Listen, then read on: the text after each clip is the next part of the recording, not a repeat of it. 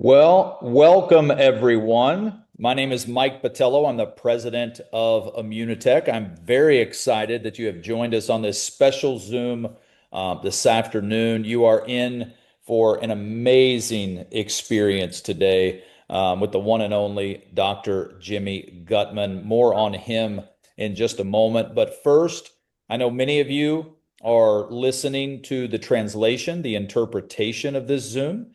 And if you haven't already, you can click the More button on your Zoom and then click Interpretation and then select the language that you wish to hear it in. This will be presented in English and translated into five other languages.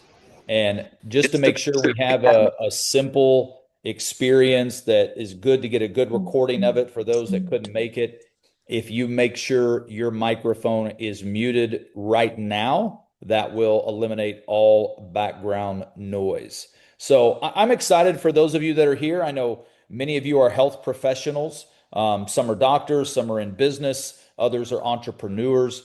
Immunotec has been in business for over 30 years. Matter of fact, this is our 30th year anniversary this year that we're celebrating next week in Montreal, Canada, where the company was founded. And you have a company that has what not many other companies have, especially startups or other businesses, and that is 30 years of proof, 30 years of trust.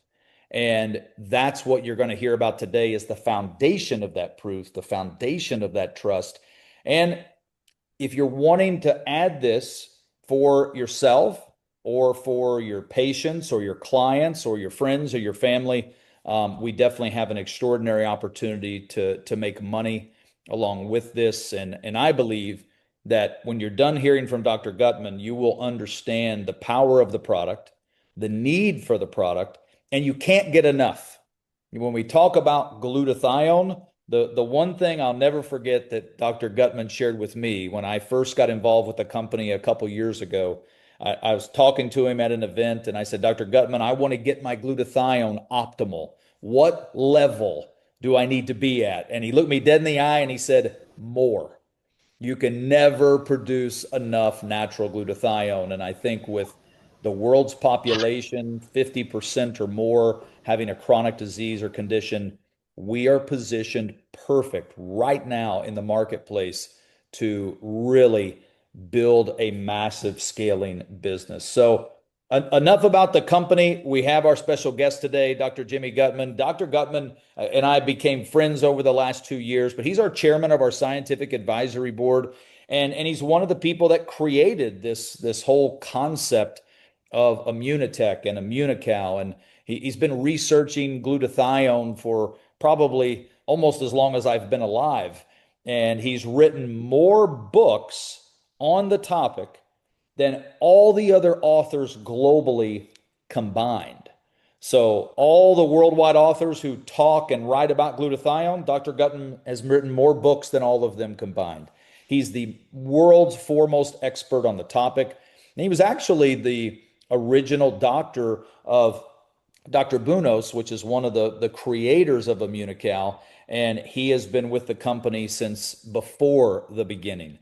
So if you've ever wanted some fantastic information on what the product does, what other glutathione products don't do, and how ours is superior than every one of them, you will hear that today. So without further ado, Dr. Jimmy Gutman, I will turn it over to you, and I know everyone's excited to hear from you. Good to see you. Thank you, Mike. Thank you for a great introduction, and I hope my head still fits in the screen. And thank you also to Martin, who's hosting this. So we'll jump right into it. I'm going to share my screen. There, can everybody see that? Yes, we can. Okay, excellent. Okay, so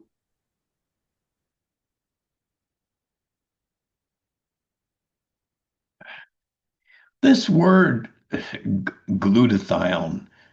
This was a term mostly reserved for medical practitioners or researchers. In the past few years, it's broken into the consciousness of the general public and currently is becoming quite a popular subject and is gaining a lot of attention.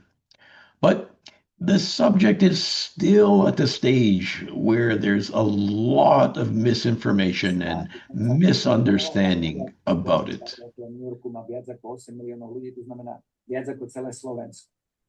Um, yeah, there's a little bit of leakage of sound. Maybe if we can make sure everybody's muted. So you need to ask why. Why is this so? Well, for the average person out there, the major source of nutritional information is probably through social media, Instagram, TikTok, Facebook, and more. Clearly, the people pitching this information are not expert at what they're talking about. And for the ones who claim to be experts, well, I've listened to many of them talking about glutathione, and they are most often getting things really wrong. Also, going to websites that actually promote a product, well, I don't understand how people can fully trust what they're looking at. Finally, there are those that really have good intentions, but their source of information is based on animal studies or even cell culture studies. Now, all of this is interesting and even necessary, but if you, as a health professional, are going to recommend a product to your patients, it really should be based on placebo controlled, double blind, randomized clinical trials done on humans and studies that have been replicated by others. And you have to actually read the studies themselves to ensure that they're well done. So this requires some work, and you need to be using reputable websites like pubmed.gov or something similar, a place that gives you access to the original research, not just somebody's interpretation. And that's what I'm going to be presenting today. So, what is glutathione? Well, when I first started talking about glutathione 30 years ago, very few people have even heard about it. Now, this has really dramatically changed over the past few years. I used to say that the word glutathione would soon be used as commonly as a word like antioxidant. And this is about to become a reality. Why? Well, if you go to a website like PubMed, again, this is a site that every researcher in the world uses probably daily. Um, and if you go back in time, 1980 or maybe 4,000 references, um, as of this year, there are over 200,000 articles on PubMed. Let me just put that into context.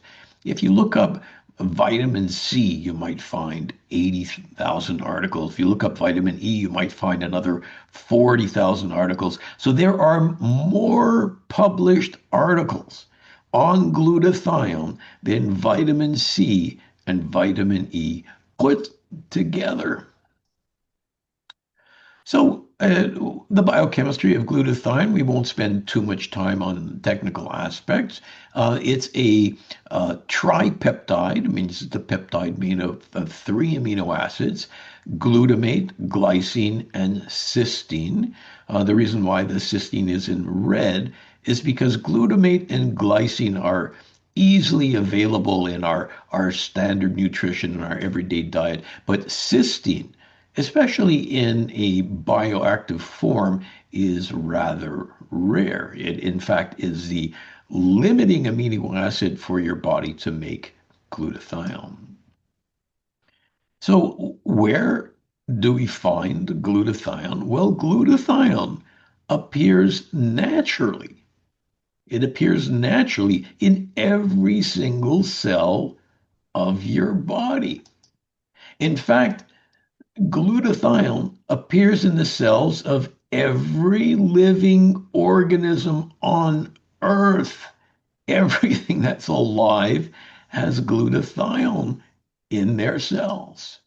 And it was described about 150 years ago as essential to life because it seemed to appear in every type of cell examined.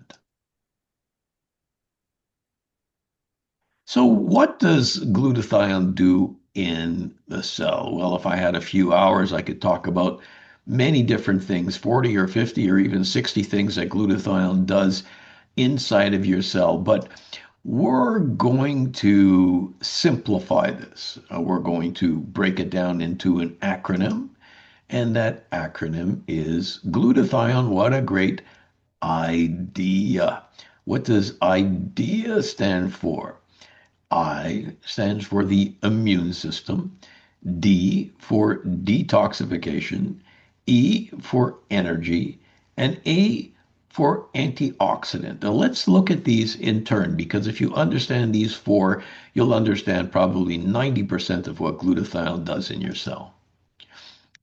The I for immune system, glutathione needs to be considered literally as food for the immune system. People who are low on glutathione are by definition immunocompromised. AIDS patients are very low on glutathione. Hepatitis patients, even an acute illness like a common cold or a flu, you drop your glutathione levels. If you raise your glutathione levels, then your immune system has a chance of functioning optimally. D stands for detoxification. You may ask, what does glutathione detoxify? I would ask the question, what doesn't glutathione detoxify? Glutathione is responsible for getting rid of cigarette smoke and automobile exhaust and pesticides and herbicides. And I tell people that next to water, glutathione is probably the most important detoxification substance we have in our body. E for energy, we could spend another hour or two on energy, but essentially, one explanation is we look at our mitochondria. For those of you who are not health professionals, the mitochondria are little structures in our cells that give the cell its energy. They're like little batteries. The problem is that when you produce energy, you also produce pollution. And you produce pollution in your mitochondria through free radicals. These are highly charged molecules that can be quite destructive to the cell and certainly slow down the production of energy. So, without a constant supply of glutathione, our mitochondria would slow down and even stop working. Finally, A for antioxidant. Now, we know of probably between 2,000 and 4,000 different antioxidants, depending on how you classify them. But the key is that none of these antioxidants, vitamin C, vitamin E, and thousands of others, none of these antioxidants can work properly without the presence of glutathione. Glutathione recycles antioxidants. Glutathione recharges antioxidants. And because of that, glutathione is referred to as our body's master antioxidant. Quite a statement. So again, if you remember these four things, then you're well on your road to understanding what glutathione does. The problem is that we lose glutathione minute by minute. There's always demands on our glutathione levels. We could look at drugs, for example, paracetamol or acetaminophen, depending on which country you live in. In fact, it is a very common overdose. And the way that we treat people who have taken a suicidal dose of acetaminophen or paracetamol, the antidote is glutathione. People that are eating poorly, are going to have lower glutathione levels. Injury, trauma, burns, all of these lower glutathione levels. Stress. I read an interesting article on people that practice transcendental meditation to relieve their stress. And there was a study that measured glutathione levels in people that practice transcendental meditation as compared to regular people. And the ones who practice TM had higher levels of glutathione. Infection, certainly any infection, any major infection will cause a drop in glutathione. Pollution, things in the food that we eat, the water that we drink, the air that we breathe, all of these will drop glutathione levels. The aging process itself, aging is correlated with glutathione depletion. And radiation, even if you take the sun, you're producing free radicals and tapping into your glutathione supply. So glutathione replenishment is critical, especially in 2026. And again, if we go to PubMed, which is a major source of original articles, again, there are over 200,000 articles on glutathione available now. What do they show? Well, let's take a look at this. Let's look at raising glutathione. Now, this slide might be the most important series of slides that you see today. So pay attention. If the only thing you remember from this presentation is this short series of slides, then I feel like my job is done. Most places, most companies, most nutritional websites will talk about eating glutathione, oral glutathione. Well, let's look at that. Glutathione cannot be eaten and expected to raise your body's glutathione levels. It's very tempting to believe that this would be an easy solution, but it's not. When you eat glutathione, when you eat glutathione, it becomes rapidly broken down in your digestive tract.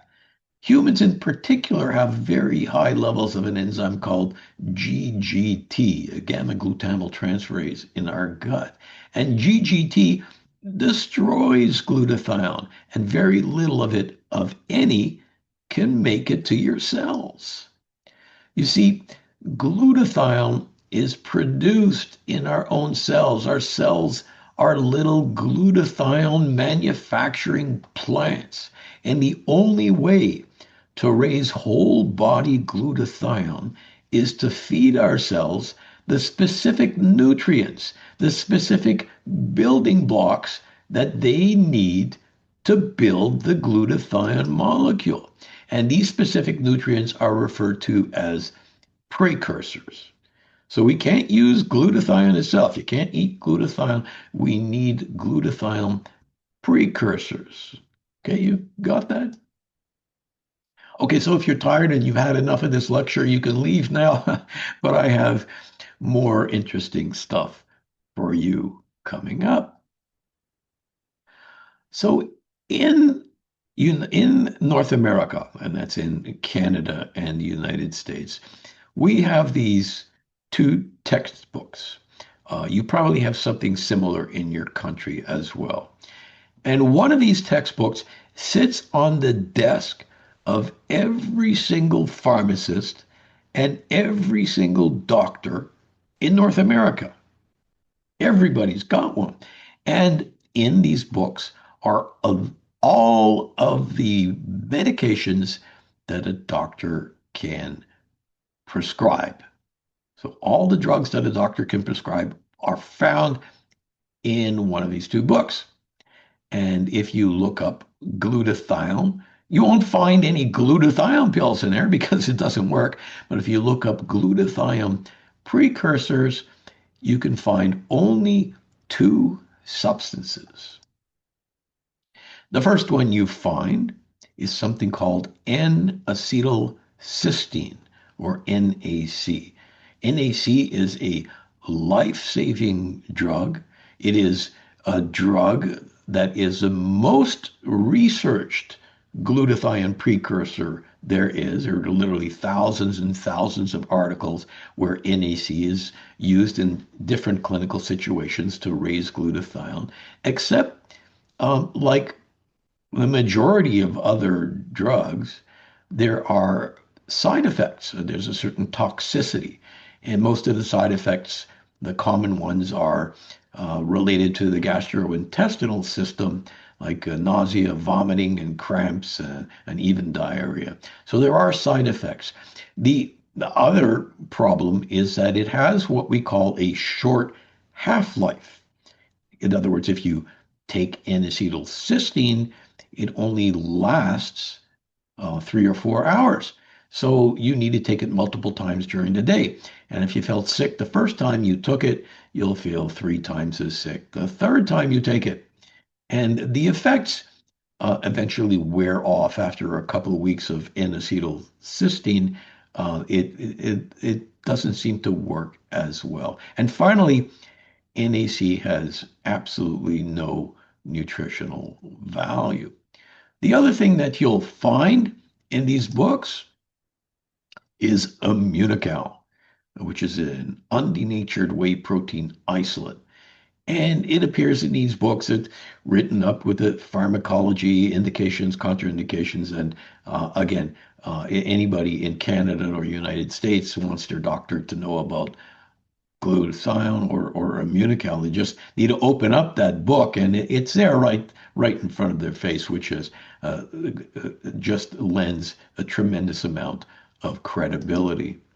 So Immunocal is a patented glutathione precursor. It's listed in those books as a glutathione precursor, and is the richest source of natural glutathione precursors. Again, up to 50 years of research done on this. And it doesn't, unlike NAC, which has no nutritional value, well, if we look at something called a BV, a biological value, which is something that measures the importance of any edible protein to your metabolism, Immunocal has a higher biological value than any edible protein, more than egg, more than milk, more than beef, more than soy. Immunocal is head and shoulders above the value of any other edible protein. So this is, besides glutathione, of tremendous benefit. So let's quickly look at some other glutathione products. Now, if we looked up oral glutathione papers, again, there are literally uh, hundreds of articles published that show that oral glutathione is not effective, and thousands that remark the same. This is well established in the literature. Here are just um, a dozen or so papers that you can look at that show that oral glutathione doesn't work. But wait, many people will pull out this study to show that oral glutathione does in fact raise body levels of glutathione. Okay, let's look at this. It was written in 2015. It was a 6-month study done in 54 adults. Oh, let's delve in a little bit. It was published in the European Journal of Nutrition. Now, take note of that. Also, take note of the lead author, one John P. Ritchie Jr. You'll see why this is important in a minute. John Ritchie Jr. Another thing to pay attention to is that the study was funded by the largest manufacturer of glutathione supplements, oral glutathione supplements, Kiowa Hakko Bio Company. They make the very popular brand called Cetria glutathione, a very, very big seller.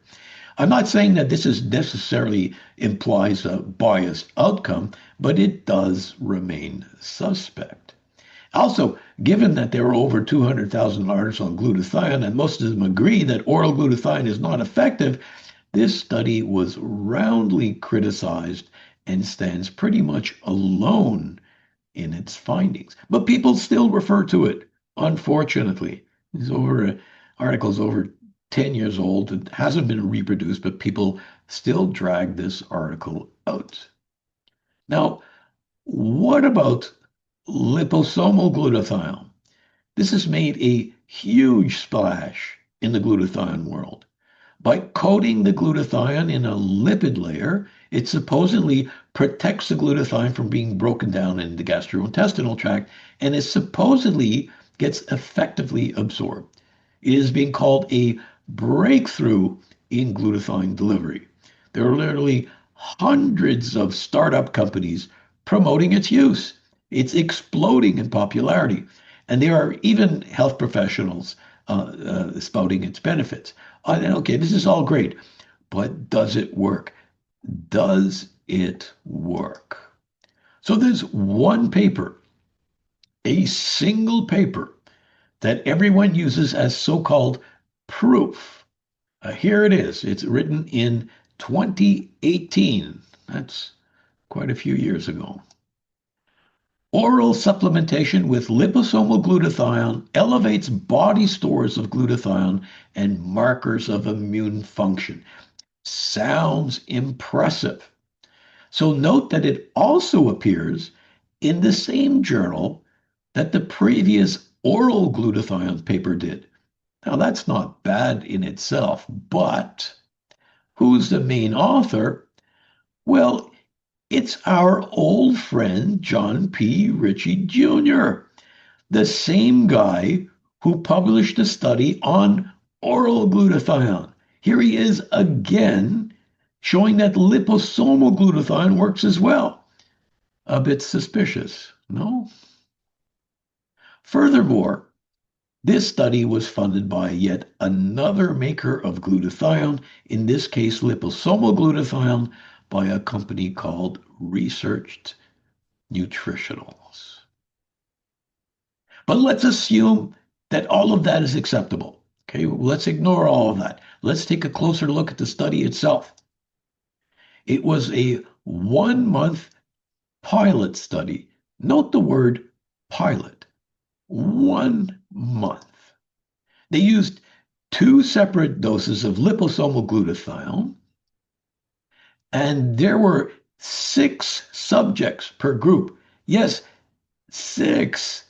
A total of just 6 people per group. Amazing. How do you even measure statistical significance with 6 people? And curiously, was they found that the group taking the lower dose of liposomal glutathione actually had a greater increase in glutathione levels. Does that make sense? Wouldn't you have wanted to see a placebo group for comparison? Finally, are you kidding me? No placebo control. That's right. No placebo control. Not double blinded, not placebo controlled, 6 subjects per group. And this is the one paper that's driving a complete industry of glutathione supplements. And no follow-up study since 2018. I'm sorry, that makes me crazy. I wish doctors would actually read the research behind a product. And any responsible physician needs to base his or her decisions on double-blind, placebo-controlled, randomized human studies, and preferably multiple studies, not just one. I'm sorry. So, what about intravenous glutathione? This is becoming increasingly offered by many clinics. Well, intravenous glutathione does work, and it's undergone enough studies. But besides the risks and inconveniences associated with intravenous medications, there's something that you need to know about. The half-life of intravenous glutathione is incredibly short. This study on the upper left side of your screen was using high-dose intravenous glutathione, a half-life of 14 minutes. In other words, in 14 minutes, half of it was gone. The study on the lower left side used a lower dose, half-life of 1.6 minutes. For the intravenous glutathione product on the right, the company states that the half-life is 10 minutes. So if you're interested in, let's say, a quick detoxification, this may be useful. If you're interested in a chronic disease or long-term benefits, this is pretty much an exercise in frustration. Here's a video of a patient who was wheeled into his doctor's office with Parkinson's disease. He was wheelchair bound, and when he did try to walk, it was with that typical slow and unstable shuffling gait. The man receives intravenous glutathione, and a few minutes later, he gets out of the chair and walks almost normally down the hall. The problem is that by the time he gets home, he's back in his usual wheelchair and impaired state. So, what about glutathione patches? Some of them don't even have glutathione in the patch. They supposedly stimulate certain chakra points in your body to stimulate glutathione production. Huh. And the ones that do have glutathione in them, well, they may possibly raise glutathione on the skin directly under the patch, but not deeper. You can even get some of these glutathione patches on AliExpress, trustworthy source of medication. Small studies have confirmed that glutathione can be delivered through a nebulizer. This is particularly useful in lung disease, so you could do that. And what about glutathione mouthwashes? Absolutely no evidence that these work. This one, you're supposed to swish this around in your mouth, and because the glutathione is supposedly in a nano form, it gets absorbed by the buccal tissues. Nonsense. Absolutely zero clinical evidence. So let's move on and just look at a little bit of research. Here we see a graph looking at glutathione levels in the aging human. And we see that glutathione levels drop about 10% every decade.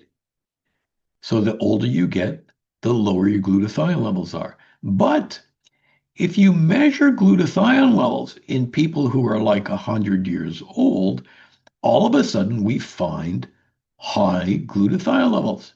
My question to you is, why? Why? Well, the answer is that's why they were 100 years old, because they had the genetic ability to maintain good glutathione levels throughout their life. So their friends and their enemies were selected out of the population and died. This is natural selection at its finest. Let's look at glutathione levels in health. So this study was done on geriatric patients. There were three groups of geriatric patients and one group of young volunteers. The young volunteers had very good glutathione levels. Then we looked at a group called healthy elderly people. These were older people that only went to see the doctor when they needed to. And decent glutathione levels, but certainly not as good as when they were younger. Then we looked at elderly outpatients. These are older people who went to see their doctor regularly for a blood pressure check, for prescription renewal, that kind of thing. And again, a drop in glutathione levels. Finally, We looked at old people that were in the hospital, and they had much lower levels of glutathione levels. So there's a perfect correlation with levels of health and levels of glutathione. Very, very interesting. Now let's move from aging and health to something that we started looking at the turn of the century, and that is glutathione levels in the extremely healthy individual. So we looked at athletes. Here is a study where we took university students, divided them in half, put half of them on a placebo and half of them on Immunocal, and we spent the summer putting them through a physical training program, the same training program for both of them. And at the end of the study, we brought them back and we measured increase in muscle strength and endurance. We showed an improvement of between 10 and 15% in the group taking the Immunocal. Now, this was published in 1999. When we published this, the phone was ringing off the wall.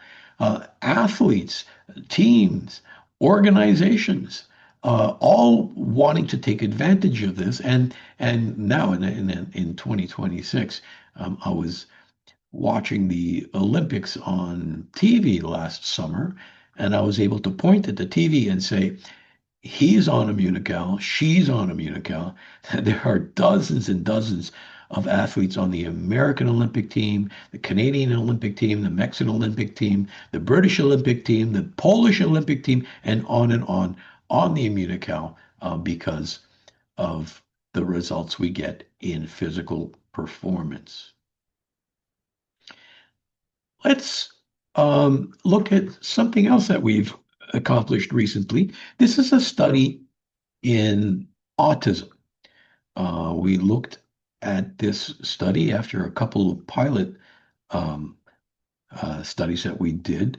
And the reason why we did this was because kids with autism have been noted to be deficient in glutathione 80% of the time. So 80% of kids with autism are glutathione deficient. So I'm not going to get into why this affected their behavior, but just keep that in mind. 80% of kids were glutathione deficient, so we did some studies on it. In this last study, which we did in a major autism research center in the United States, we put these kids between the ages of 3 and 5 on Immunocal, and clearly we showed a statistically relevant increase in glutathione levels. Okay, so does a kid with autism care about the results of a blood test? Do the parents really care that their kids' glutathione levels are increased? Well, it's important to know scientifically. They're interested, how is my kid doing? And of course, we measure that. We were showed improvement over placebo in adaptive behavior, communications, daily living, socialization, and on and on and on. These kids got better. And because of the studies that we did, we were able to get a patent. This is an American patent, USA patent, for the treatment of autism. So, of course, in most countries, you cannot make medical claims about a product, and we don't use this patent in our marketing material, but the patent is there, a patent for the treatment of autism. We have another patent that's coming really soon for neuropsychiatric or neurodegenerative disorders. We're talking about the schizophrenia, bipolar, Parkinson's, Alzheimer's. We have another patent coming for traumatic brain injury in sports, in the military, in automobile accidents, the treatment of traumatic brain injury. We already have patents for the treatment of AIDS, a patent for the treatment of HIV AIDS. We have a patent for the treatment of cancer. Again, you need to look this up. Again, it's not part of our marketing material, but you need to look this up. Let me show you the last study that we did in cancer. This was a study done in patients with lung cancer. And these were terminal patients. These were patients in the late stage of lung cancer that started or already had lost weight. And for the doctors out there, you know that the loss of weight or loss of muscle mass is a very bad sign in cancer. And these patients were receiving chemotherapy and radiotherapy, which addresses another question as to whether glutathione protects from chemotherapy or radiotherapy. Clearly, it doesn't. So let's look at the results. These are terminal patients with lung cancer, and we were able to reverse the weight loss and muscle loss in these patients. This is the first time ever that a nutritional supplement was able to reverse weight loss in a cancer patient. First time ever. And of course, we looked at quality of life. We did a number of measurements because quality of life measurements tend to be a little bit soft. These patients were less nervous. They were feeling better. They were hungrier. They were less depressed. So we were able to address, and many of these were probably the side effects of chemotherapy and radiotherapy. We were able to make their treatment more tolerable. And of course, you're all going to ask, well, what about survival? Did you guys look at survival? Well, I'm going to simplify these graphs and just give you some figures. Um, After a year that the study was completed, we went back to see who could report on their condition. Now, less than 50% of the patients who didn't get Immunocal had passed away. But about 80% of the patients who were treated with Immunocal were still alive. These are very encouraging numbers, and I'm calling out for more studies to further validate this. And speaking of studies, um, please be sure to ask the person that uh, introduced you to this call or asked you to join this call for a PDF of this book. It's a book that contains almost 100 studies, published studies on Immunocal. When you look at competing products, the vast majority of them have no studies at all. And the ones that do have studies are usual animal studies or test tube studies or culture studies.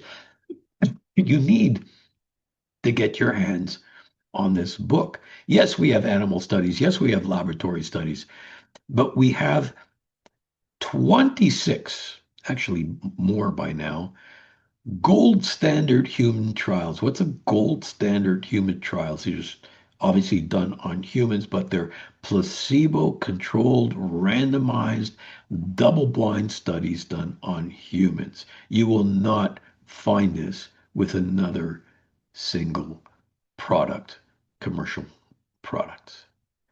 So when you see these, it will make you definitely much more comfortable in both using it for yourself or your family, but definitely suggesting your patients use this product.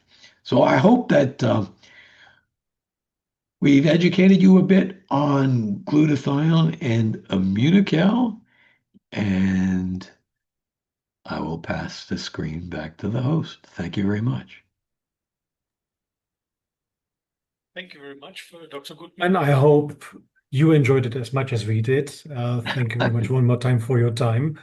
And we will get the most out of this meeting today or this speech because we have a recording of this and we will distribute it wide and like everywhere because we heard that some of the people tonight could not join. So we will share it with them. And thank you for agreeing to dubbing it with your voice. So we will dub it with your voice into the languages we are. Thank you very Thank you much, very everybody, much, for Mike. joining tonight and see you on the next call.